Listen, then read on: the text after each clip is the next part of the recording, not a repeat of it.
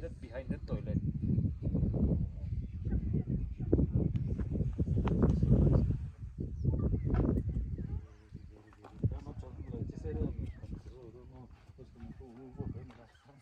Yeah, that would be free, man. Okej, sigur că când după creda. Nu le-am deložit. Mai mele papaia.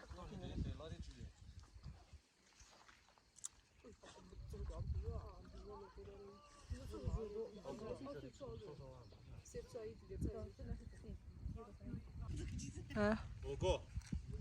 Since we're already here, huh? Yeah. Aslında. Good to go. What's it?